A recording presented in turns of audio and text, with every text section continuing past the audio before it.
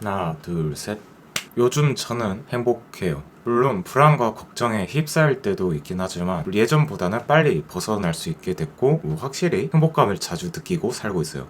제가 돈이 많은 것도 아니고 연애를 하고 있지도 않아요. 그나마 좀 시간은 많은 편인데요. 그런데 그저 시간이 많다고 마냥 행복해지는 건 아니기도 하죠. 여유 시간이 많다고 가만히 있으면 생각도 많아지고 불안감을 느끼기도 하니까. 그래서 왜 행복할까 생각을 해보면 에너지를 기준으로 살기 때문이라 할 수 있겠더라고요. 이왕이면 좋은 에너지를 주는 사람들을 만나고 좋은 에너지를 주는 물건들을 구매하고 그 좋은 에너지를 주는 활동을 하는데 시간을 쓰고 말이죠. 왜냐면 우리의 시간은 무한하지가 않죠. 몸땡이도 하나고. 그래서 모든 걸 다 할 수가 없으니까 무엇을 할지 무엇을 포기할지 이걸 잘 선택하면서 하루하루를 보내야 하는데, 이 돈이나 인간관계나 음식 등 이 다양한 분야에서 에너지를 기준으로 선택을 하니까 이제 행복감을 잘 느끼며 살고 있습니다. 이제 물론 여러 이유로 항상 좋은 에너지를 얻지 못할 때가 있긴 해요. 그럴 때는 이런 것도 다 경험이야 라고 좋게 생각하고 넘어갈 수 있는 것도 평소 좋은 에너지를 주는 활동들을 한 덕에 깨달은 지혜라고 생각하는데, 이 좋은 에너지를 얻는 활동들은 올바른 식사, 운동, 이 수면, 이거는 기본이지만 그 외에는 좀 사람마다 다를 거라고 생각을 합니다. 예를 들면 저는 축구를 좋아해서 직관하러 가는 거 좋아하지만 누구는 안 좋아하고, 블로그 글을 쓰면서 에너지를 얻는 사람도 있을 테지만 아닌 사람도 있을 거예요. 그런 것처럼 사람마다 좋은 에너지를 얻는 방법들이 다양할 텐데, 그래서 제가 느낀 좋은 에너지를 얻는 활동들의 특징들을 이야기해 볼 텐데요.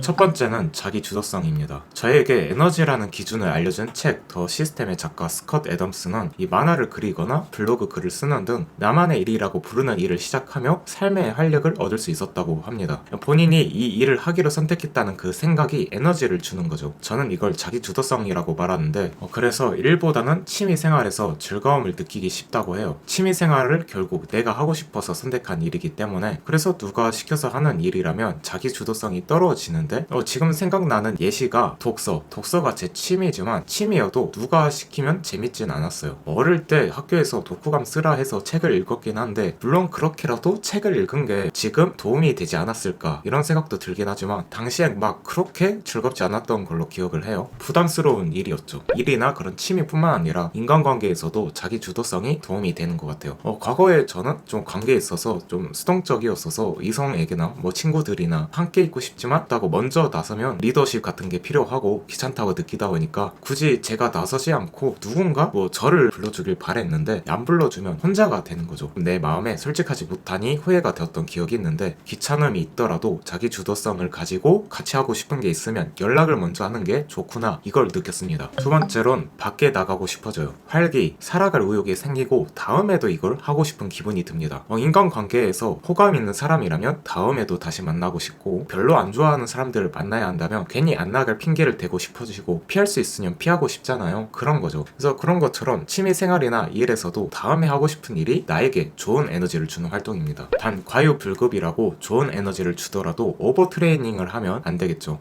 예를 들어서 운동, 사람에게 좋은 에너지를 주는 대표적인 활동이라고 하지만 필요 이상의 과한 운동량은 힘들고 시간도 많이 잡아먹으니까 부담스러워서 다음에 하고 싶지 않아지죠. 저도 그랬었고, 다이어트 한다고 본인 운동 수준에 비해 운동을 과하게 하시는 분들이 있는데 얼마 안 가 그만두시더라고요. 게다가 저 같은 경우는 운동량이 과하면 보상 심리가 있어서 마구 먹게 되더라고요. 그렇게 운동의 효과를 못 보니 포기를 하곤 했는데, 그렇기 때문에 내 수준이나 상황에 맞게 내일도 운동하고 싶은 마음이 생길 정도로만 적절하게 운동을 하게 되면 오래 걸리더라도 몸도 좋아지면서 나중에 점차 운동 강도를 높일 수 있을 거예요. 세 번째로 힘들지만 뿌듯해요. 이 운동이나 독서나 그 활동 자체에 집중을 하게 되면 얻게 되는 기분 좋은 몰입감이 있지만 사실 귀찮고 힘들죠. 그래서 시작할 때는 엄두가 안 날 때가 있지만 막상 하고 나면 뿌듯합니다. 이 운동을 하면 힘들지만 몸이 건강해지는 활동을 했다, 독서를 하게 되면 귀찮지만 잘 살기 위한 정보를 얻었다, 이런 뿌듯함이 있고, 유튜브 영상을 만들기 위해 글을 쓰는 것도 민망하긴 한데 누군가에게 도움이 될 영상을 만들었다는 그런 생각에 뿌듯하기도 해요. 다른 맥락이긴 하지만 인간관계에서도 역시 밖에 나가 나가는 게 귀찮더라도 좋은 사람들을 만나서 대화도 잘 통하고 재밌어. 그러면 얻어가는 게 있다. 이렇게 느끼면 오늘 이 사람들을 만나길 잘했다. 이런 뿌듯함이 있죠. 이렇게 뿌듯함의 이유는 다르겠지만 체력과 에너지를 등가 교환하면서 마냥 편한 것만 하기보다는 약간의 스트레스가 행복하기에 꼭 필요한 거죠. 반대로 술처럼 지금은 기분 좋지만 다음날 되면 숙취가 2배로 오고 움직이고 싶지가 않죠. 과식도 지금은 맛있는 거 많이 먹으니까 기분이 좋지만 다음날 되면 소화가 안 돼서 힘들어요. 이게 불쾌감이 있죠. 그래서 스쿼트 애덤스는 장기적이고 큰 시야가 필요하다라고 말하기도 하면서 저 역시 지향을 하는 게 좋겠다 이런 생각을 하긴 하지만 솔직히 100% 지키기 어렵다는 그런 생각도 들어요.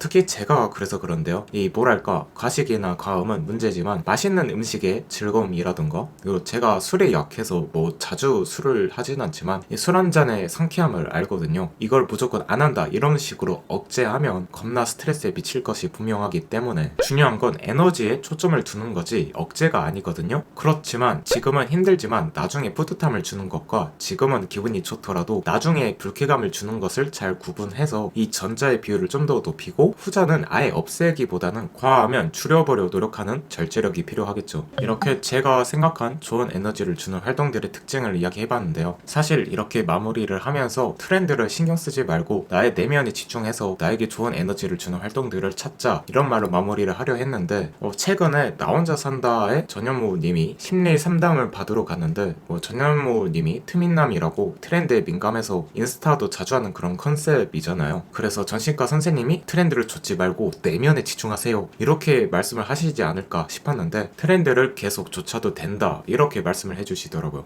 그걸 보고 왜일까 이런 생각이 들었는데 물론 방송은 방송으로 봐야 하고 여러 이유가 있겠지만 전현무님에게 트렌드를 좇는 게 에너지를 주는 활동이다 이런 의미로 말씀을 해주신 게 아닌가 싶어요. 사람마다 좋은 에너지를 얻는 방법들은 다양할 테니까요. 이 생각을 해보면 트렌드를 너무 무조건적으로 배제하려 하면 오히려 더 트렌드를 신경 쓰게 되더라고요. 그러면 더 스트레스도 받을 것이고 그래서 트렌드를 줬든 말든 나의 내면에 집중해서 좋은 에너지를 얻을 수 있는 그런 활동들을 찾아 해보면 나 역시 좋은 에너지를 뿜을 수 있는 그런 사람이 될 수 있을 거다 이렇게 생각합니다. 트렌드이든 말든 그걸 신경을 안 쓰는 거죠. 저는 그렇게 살려고요. 그렇게 내가 좋은 에너지를 얻어야 다른 사람에게도 좋은 에너지를 내뿜을 수 있을 테니까요. 제가 생각하는 특징 외에도 좋은 에너지를 얻는 활동들의 특징이 더 있을 거라 생각하는데 여러분들이 생각나는 특징 있으면 댓글 달아주시고 영상은 여기까지입니다. 다음 영상에서도 우리의 삶을 건강하고 행복하게 해주는 습관에 대한 이야기로 돌아오겠습니다. 지금까지 카멜레온이었습니다.